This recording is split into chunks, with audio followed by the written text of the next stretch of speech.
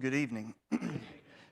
I am equally excited to be here and to spend time with you. And Mr. Phillip has been immeasurably kind to me and our time at Heritage. I think we might have had Greek together at some point. It's possible, but we also try to block those moments from our memory. It's just the nature of the beast. But we're grateful to be here tonight and to be studying leadership. Because we have known it for quite some time that the church was facing a crisis of leadership. And now people are beginning to address it, which is an important thing to be happening.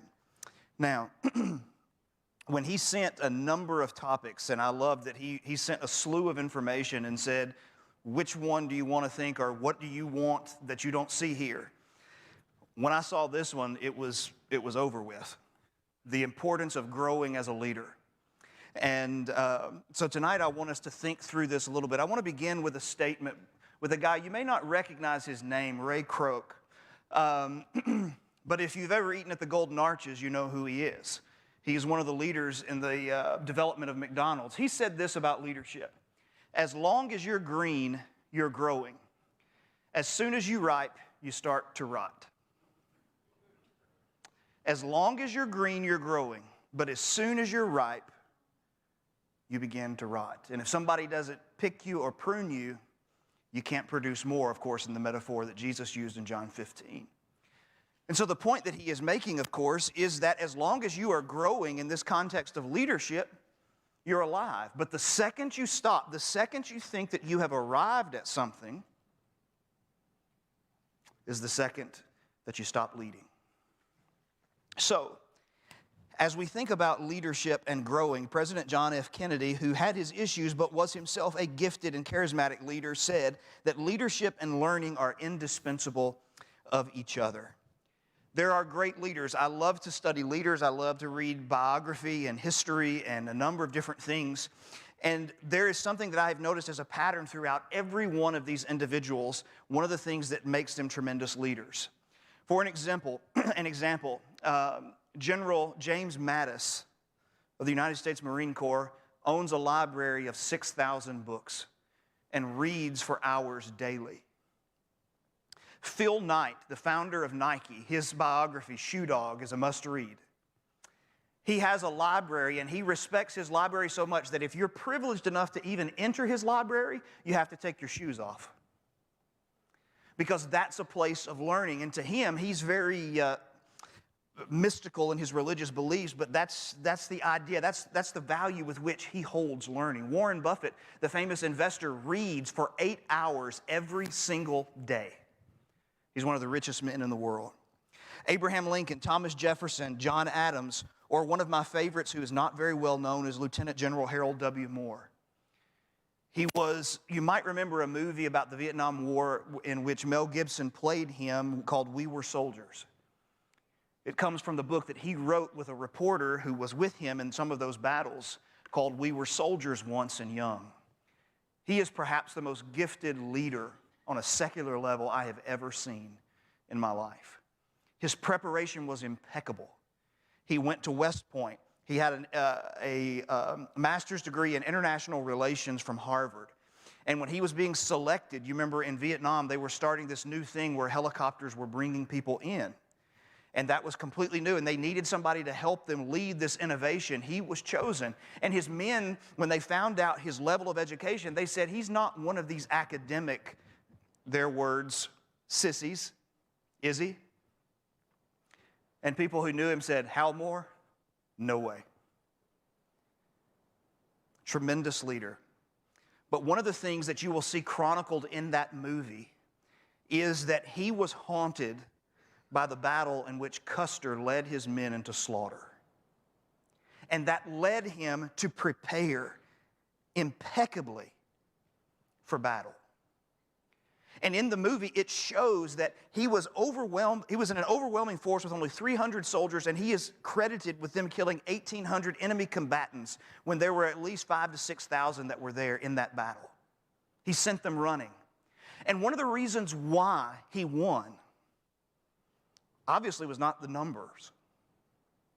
And the movie shows this. It's every time the Vietnamese made a movement in an area, you immediately see Hal Moore on the phone telling his soldiers, this is where you have to go. You have to protect this part because they're going to try here. And then they're going to move here. And then they're going to move here. He was ready because he spent time growing before he ever stepped foot on an airplane to enter into battle. And to that list, we can add so many people of God who have been lifelong learners and lifelong leaders. So what I want us to do tonight as we think about leadership is a handful of things. First of all, just very briefly, I want us to think about the people of leadership. And I'm sure you've been through this, but I want to put it in front of us again just to make sure we understand some things about it. And then let's talk about a pattern for growth that we see laid out in Scripture. There are tons of examples. Then we'll see what is the posture. If a leader is going to grow, what does his posture have to be? Okay, internally, how is he toward growth? Then I want us to think quickly about some purposes of growth and then talk about the path. So that's quite a bit to cover in the next few minutes, so let's just jump right in. The people of leadership.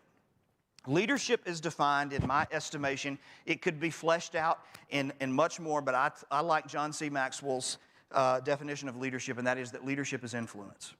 Nothing more and nothing less.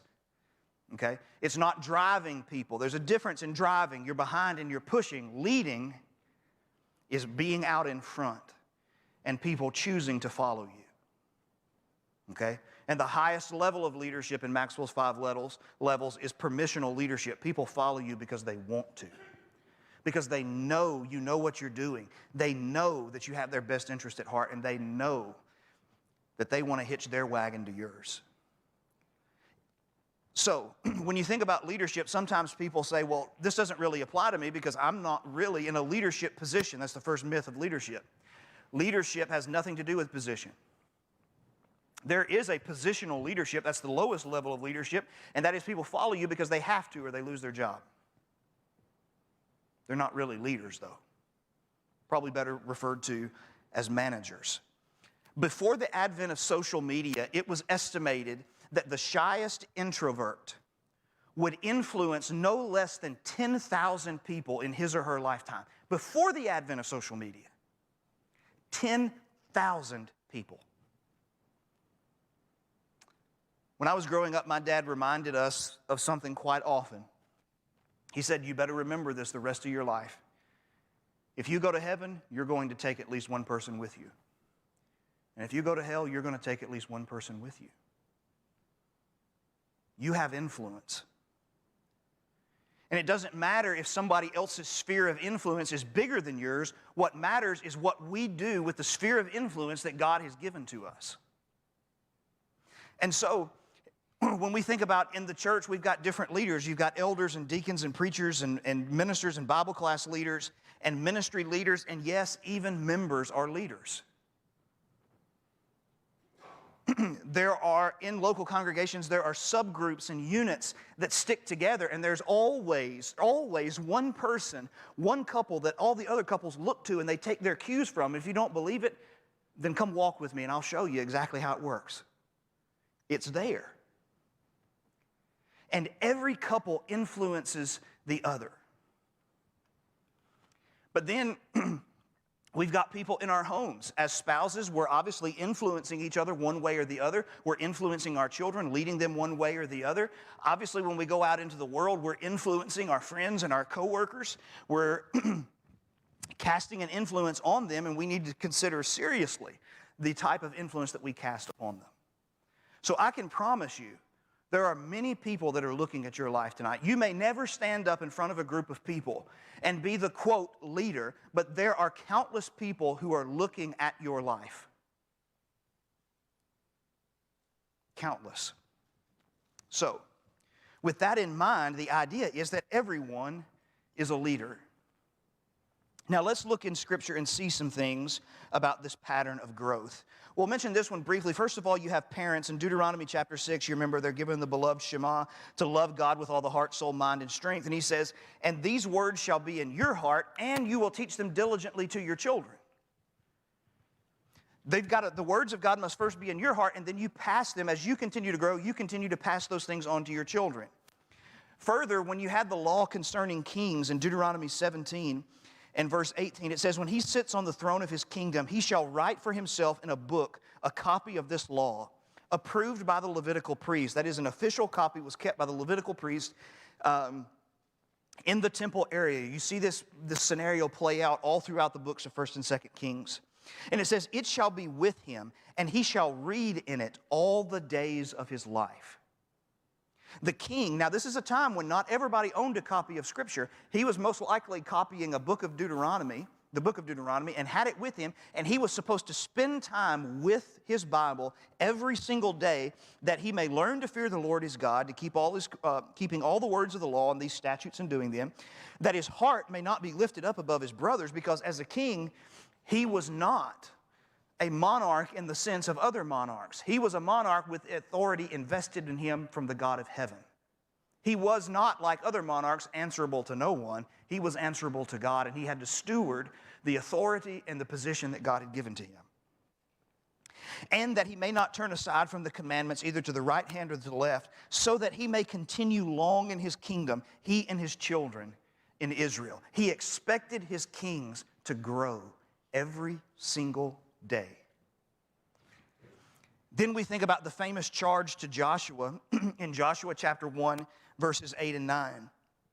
This book of the law shall not depart from your mouth, but you shall meditate on it day and night, so that you may be careful to do all that is written in the law, for then you will make your way prosperous and you will have good success. The word meditate carries with it the idea of a mutter or a growl. Whether it's audibly done or internally, it's the idea of thinking over things. You're sitting back and you've encountered some information and you're going, okay, well, if that's true, then that would mean this, and then this would mean this, and that would, but how would that work with that? You see, you're thinking, that's meditation. You're filling your mind and you're thinking through and working through connections. He tells Joshua, I want you to be in my word all the time, day and night, meditating on what I say. We won't read this particular one because it's the same thing. Psalm 1 in verse 2, the blessed man is described as the one who meditates on the law of God day and night. Then as we come to the New Testament era, you remember the Apostle Paul said in Philippians 4 in verse 11, he said, in whatsoever state I find myself, I have learned. He learned it. He did not previously know it, he learned it. To be content. A text that I wish I knew more about, 2 Timothy 4 and verse 13, when he tells Timothy to bring the books and the parchments. I wish I knew exactly which books he was calling for. I think an implication has to be that he was asking for a copy of Scripture maybe, or something else. But here you find Paul, it's interesting, and there's no really way to nail down a provable point here. But knowing Paul and his gifted ability and his mind and this insatiable learning that he had, here he is facing being beheaded, and what is he doing? I'm going to study, I'm going to learn. Then you think about elders, 1 Timothy chapter 3 and verse 2, they have to be apt to teach. Same thing in Titus chapter 1 and verse 9. Or preachers in 1 Timothy chapter 4 as he is talking to Timothy about his ministry.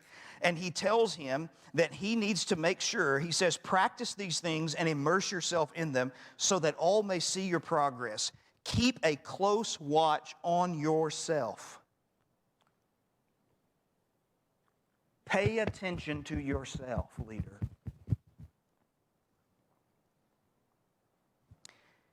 And your teaching, and persist in this. Persist in watching yourself. For in doing this, you'll save both yourself and your hearers. You need to be growing. It's not a good thing if preachers are preaching the same sermons in year 40 that they were in year 5. And if it is the same sermon, the understanding of it needs to have developed. Okay? If I were serving as an elder in a place and the preacher was showing no discernible growth, we would address that with him. And if he would not address it, he would have to be dismissed. Because he must grow. And we're going to talk about why that is here in just a little bit. It's one of the irrefutable laws of leadership. 2 Peter chapter 3 and verse 18, Christians are to grow in grace and in knowledge. This process of constantly growing is seen. And then there's one that's not up here, but you know, when it comes to talking about Jesus and what his life looked like in the early years, which we are given small glimpses, I get really uncomfortable because I feel like I'm stepping out in an area where I don't have a clear word.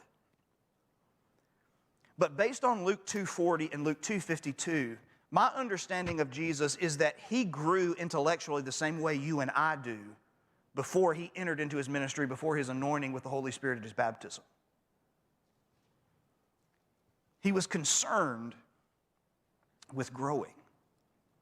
And his parents were concerned with making sure that he was growing in the areas that he needed to be growing. And so these are just a few. The pattern is quite clear that God expects us to be growing. He expects me to be growing. He expects you to be growing. Now, let's think about the posture of growth. What does it take to grow? There is a certain disposition that it takes. And the first one is humility. The biggest hindrance to growth is pride. I'm a believer in education, but not education for the sake of education. I like education because it forces people to face the reality that they don't know everything in this world. As a matter of fact, even if you're an expert in your field, you are only an expert of a grain of sand on a seashore. That's it. There is so much in this world to learn. And it takes humility. As a matter of fact, 1 Peter chapter 5, God sets himself in battle array against those who walk in pride. And those where I've heard people say, I'm such and such years old, there's nothing you could teach me. Well, sadly, that is true. Not because there's nothing that I could actually give you to teach you something, but because you've adopted the attitude that you're not going to learn it no matter what happens.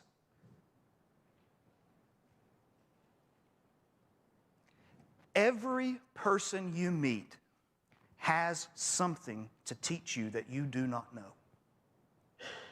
Every person. Every person, including children. I watch my kids all the time and they teach me things. They teach me that sometimes it's important to sit down and to just have a good laugh and enjoy the beauty of life. Children have a way of asking questions that can cut through your complex theology that you think you've got sewed up.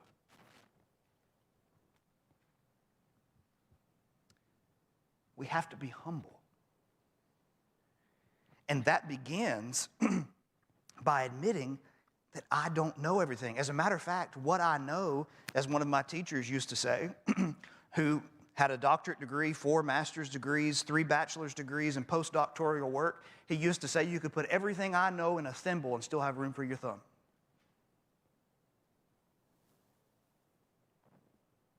He was the most educated man I've ever studied under. Humility. Number 2, we have to be able to listen. James 1, I understand the context, and these are principles, so the context may not be perfectly fitting, but the principle certainly is. Let every man be swift to hear. That is, to hear other perspectives, to challenge our own understandings and view of things. Sometimes people will ask me a question and say, well, what do you think about this particular belief? And I have to answer them, well, I don't really know what the belief is. Well, it has to contradict this, doesn't it? And I say, I don't know.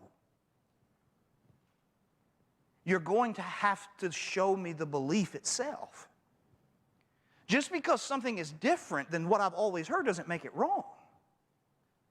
And it could be that they know something that I don't know. As a matter of fact, I would assume that's probably a pretty accurate statement most times in my case. But the ability, even if what they're saying is wrong, the ability to sit and to listen and to try and comprehend where another person is coming from. It's the only way you can ever help people. And inevitably, even the position, I may not ultimately agree with it, there are some things that they say that help me sharpen my understanding of what I already believe on something. Maybe I need to tweak that, nuance that, communicate that a little bit better. Got to listen. Number 3, you got to be uncomfortable. Jesus tells us we have to deny ourselves and take up our crosses daily. Crucifixion, from everything I can understand, is at the very minimum uncomfortable. We have to be uncomfortable. Growth will always push you to your limits and beyond. You get to a point where you think, I can't handle it, I don't want to do it anymore. But one of the things we have to understand is this: the greatest threat, one of the greatest threats to our growth is our comfort zone. People say, I'm not comfortable, I've never done that before. Well, no one is saying, if you have to be an expert before you can start, nobody will ever start. And we always have to remember that the person who is now considered an expert, do you know what at one time they were? A beginner. Our comfort zone. I am one of 4 boys. My dad preached for, 40-something years. He doesn't do it full-time anymore. But of the 4 boys my dad had, if you had asked him, who's going to be the preacher? I can tell you who they wouldn't have said. I didn't like public speaking. I didn't like being up in front of people.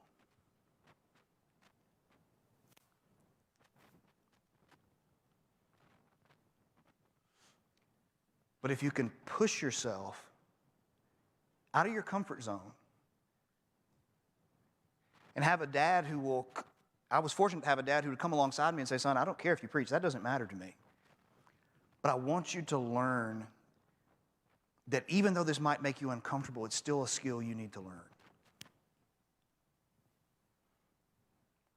He changed my life because he made me uncomfortable.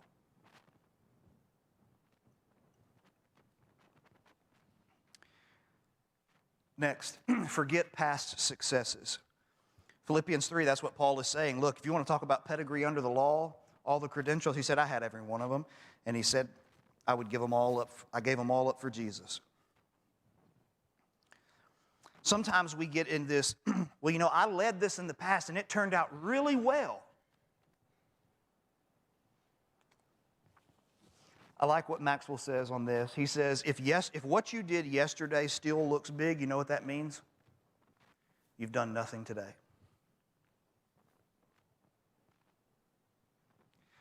So many people are living, and churches are living, on past glories. They're living on past glories instead of doing exactly what God has called them to do, to live out in the present what He's called them to do. And if I look back and say, well, I've been successful in the past, I got this thing figured out. No. It's going to be a hindrance to our growth. Next, we have to go through the process of self-examination. Examine yourselves, as Paul would say, whether you be in the faith. We got to be willing to take a long, hard look in the mirror, to slow down and to evaluate. Seek the input of other people. It dawned on me in my first job I had for 6 years. First preaching job out of preaching school. And if I could have afforded it, I'd still be there to this day. Estimates about how preaching influences the people who listen to it are somewhere between 5 and 7 years. They begin to kind of adopt the personality of the person who preaches quite a bit. And so here I was, and I was getting frustrated with something that was going on. Why can't this just fix itself?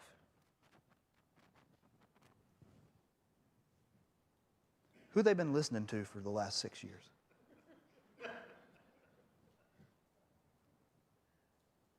You see, that's not something that's easy.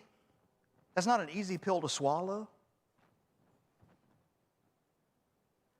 But it's something I have to ask myself, is there something that I'm contributing to the problem? That's leadership.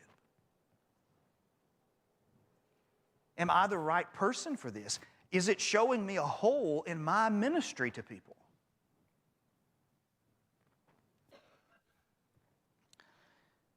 And then finally, there has to be discipline. To make it a continual part of my life. Listen, in success, in anything you want to be successful, shortcuts do not exist. They just don't exist. And talent is not enough to make up for a lack of discipline. Okay? There's an old sports saying that says hard work will beat talent every time that talent refuses to work. And it's true. It doesn't matter how talented you are, if somebody is willing to work and work and work, they will exploit your weakness and they will destroy you systematically on the field. We have to be disciplined in what we do. So, let's think about why we grow. 3 reasons first. Why we need to grow as individuals, as leaders. Number 1, because we want to be more like Jesus. There's no one that was ever more perfect than Jesus in leadership in every single way. And you know what? Jesus was perfect. I'm never going to be, which means I'm always going to be reaching. I will always have something in front of me, something to look forward to, something to improve, something to tweak. I want to grow because I want to be more like Jesus. It's not because I think that I'm going to climb the corporate ladder and then Jesus is going to somehow give me a gold star in heaven that says, hey man, you got to level 57. He doesn't care about that. It's about growing because I want to be more like him. And everything he does is perfect. And I know I'm not ever going to be that way, but that's not an excuse for me not to seek to be like him. Number 2, because we grow because we want to fulfill God's mission. God has called us to the greatest work on earth, and the better we lead, the better we fulfill the mission of God. It's more seamless. It is executed better. And that's what God was telling Joshua. He said, if you'll meditate in the law, you'll have good success. If you'll do what I'm telling you to do, you will get the results that you're looking for.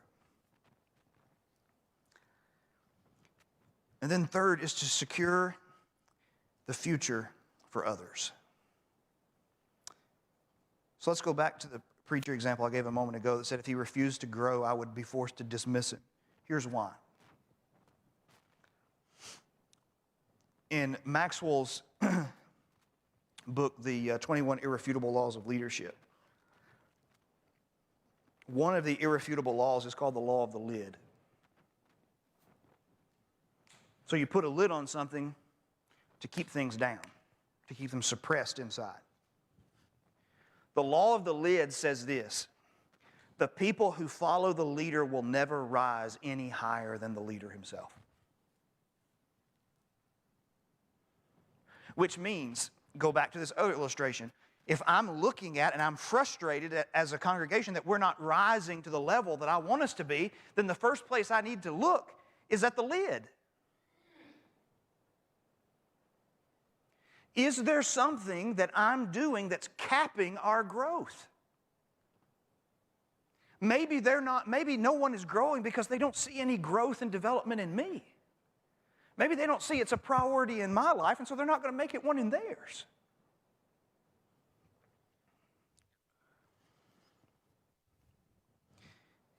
And this matters a lot to me because, as was said a moment ago, I have 3 boys.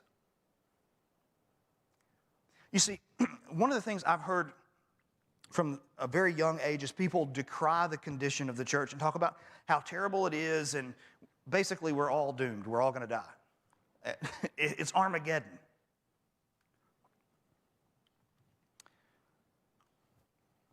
Look, we can talk about the condition in which we find the church and the condition that it's going to be terrible. What our kids are going to inherit is going to be terrible.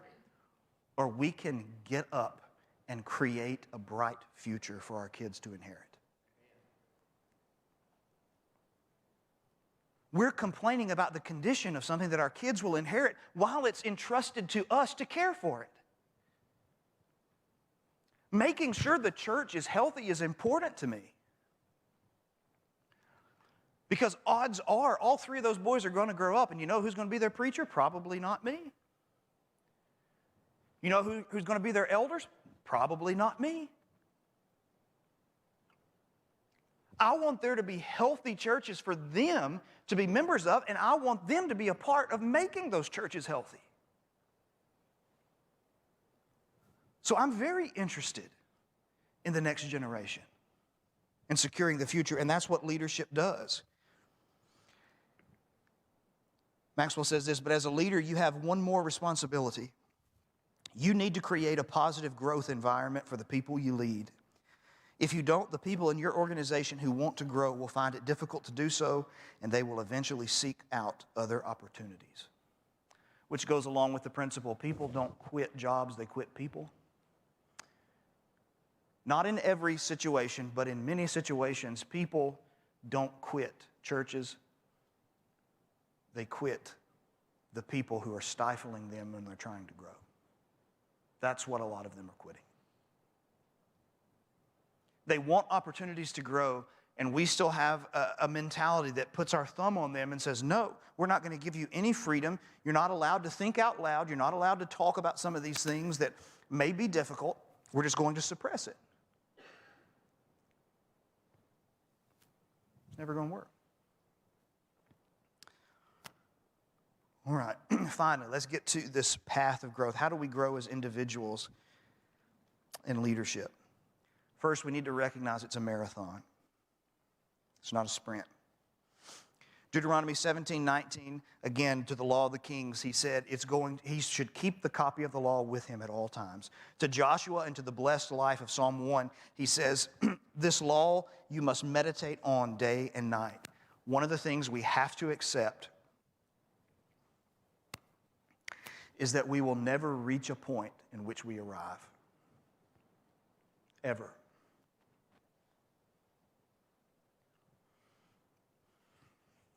It's one of my greatest concerns.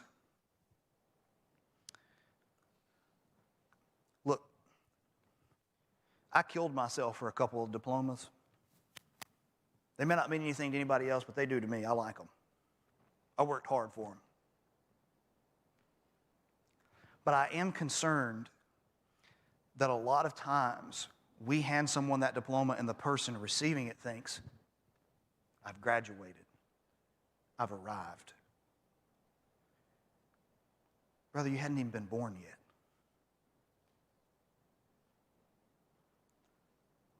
Even if you never step foot in another academic classroom or in another trade school or anything else, you're supposed to be learning every single day of your life. It's a marathon. We have to understand that. Number two, it's atomic. So a few years ago, I can't remember if it was 19 or 17, James Clear wrote a runaway bestseller book called Atomic Habits, talking about the power and the effect of change and how to bring about meaningful change in your life. Now, some of his evolutionary understanding, his illustrations are a little ridiculous sometimes, but the book is phenomenal. And the whole point of the book is this. He begins it with, so there was the British cycling team, men's cycling team. They had not won a Tour de France in years. They hired a new coach, and his mentality when he went to work on day one was, we're going to figure out, whatever we do, we're going to figure out how to make it 1% better. And when we're done with that evaluation and amping it up, we're going to look at it again and we're going to make it 1% better again. What happens when you add 1% 365 days of a year? That's the point. He talks about how so many people, they get discouraged when they go to the gym. He said, who is setting the rule that says you got to go to the gym for an hour? If you're trying to start a habit, start a habit. Say, I'm going for 5 minutes. From the time you get out of the car, walk in. 5-minute alarm goes off. It doesn't matter. Who cares if a person thinks, well, that guy didn't stay very long? So? I'm not here to impress you anyway.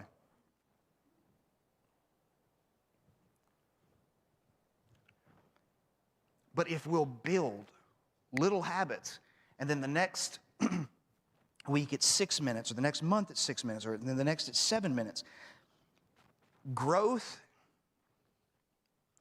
you and I understand this in finances. Look, I have known of cases where plenty of people made massive returns on small investments. But you and I both know what? It's an exception. It's not a rule. When it comes to growth in leadership or growth as an individual, I remember the famous preacher Gus Nichols in Jasper, Alabama. Someone met him at the back door toward the end of his preaching career and said, Brother Nichols, I'd give 40 years of my life to know the Bible the way you do. He said, it's exactly what it cost me. It's exactly what it cost me. We underestimate the power of small incremental change. Well, I don't see any progress. Doesn't mean it's not being made. And so in leadership, it's atomic, small and gradual, little chunks, setting aside time in my schedule that says, I want to become a more spiritual person. I want to get better in this particular area. So for 15 minutes every day, I'm going to do this. Set your timer, and when it goes off, walk away from it. Just do it. I can guarantee you 15 minutes a day over 365 days in a year is going to produce more in your life than giving God maybe 30 minutes to an hour on a monthly basis of study. Guaranteed.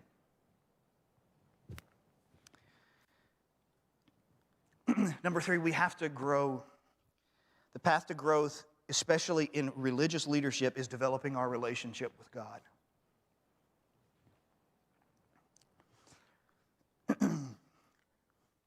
I always, before I have ever taken a job, I've always made sure that the elders were okay with a plan that I always follow. And they always have been. I ask them, it's basically a prerequisite. It's something I'm not willing to budge on. And I don't mean that in a disrespectful way. I just simply mean it's a conviction I have.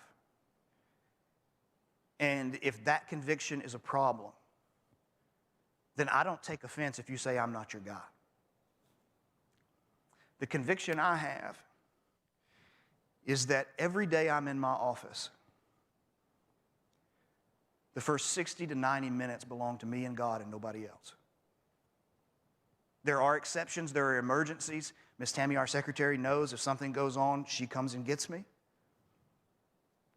But I'm not studying for classes. I'm not studying for sermons. I'm not studying for anybody but me and God. Listen, if my job is to show God to the people of God, how much can I really show if I don't see Him myself? I've got to feed myself. I've got to have time where I look at, not because I've got a deadline looming in the corner that says, hey, Sunday is coming, but because I want to just sit down and look at God and just be there for a minute. And to pray to God and to pray for other people and to confess my sins and to do all the different things that are necessary. Growing our relationship with God is fundamental because many times when we talk about leadership development, that one is more times than not assumed rather than communicated. And it should not be. Then finally, take valuable resources. Read. People say, I don't like to read. Okay, I actually used to be that person. I did not start reading. Now, my mother was an English teacher. I did not actually start reading until I was in my early 20s. Don't worry, I made up for lost time and a lot of lost money too. But reading, there really is no substitution for it. All types of readings, biography, fiction, nonfiction, Maxwell, Hyatt, Covey, Stanley, all these guys, the books that they have, the podcasts that exist with Maxwell Leadership Podcast. Freed-Hardeman University has a leadership podcast now. Heritage has a number of podcasts. You have lectureships and workshops that you can go to, you can talk to. You have just simply being friends with other people. There isn't a week that goes by that I don't talk to a friend who preaches, and we're not, even if not explicitly, we're implicitly telling each other what's going on and what we're doing and what is working and what is not where we are, and we're constantly tweaking and learning from each other. If I'm an elder or a deacon or a Bible class teacher or a member, I want to talk to people who do the same things in different locations, who see things and can do things and can communicate and have ideas that I don't have. Because that's how growth happens. Take advantage of all those valuable resources.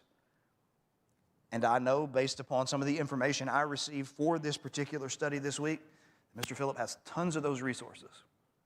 He knows about them. And I don't think he would be bothered if anyone asked him to guide them. So we close with this.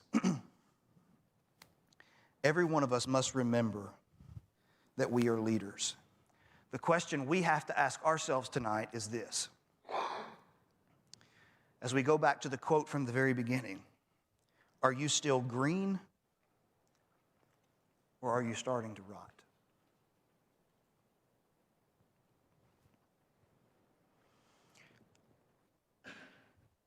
The only way we're still green is by, in the words of Jesus, John 15, by abiding in him. And his life is infused into us. And we bear fruit, and he won't let us rot on the vine. He will pick the fruit so that we may bear more. And isn't that the highest honor of life, is to bear fruit for Jesus? That he would let me do anything for him after what I've done to him? So tonight, if someone is outside of Jesus, you get connected, you get grafted into this vine through an obedience to the gospel, a penitent faith, confessing Christ, to be immersed in water. Or maybe as New Testament Christians, we have not been bearing fruit. Maybe that's something we need to take care of privately and talk about that. We can certainly do that. This is an opportunity now for that as well. If we can help you, let us know as we stand and sing this song.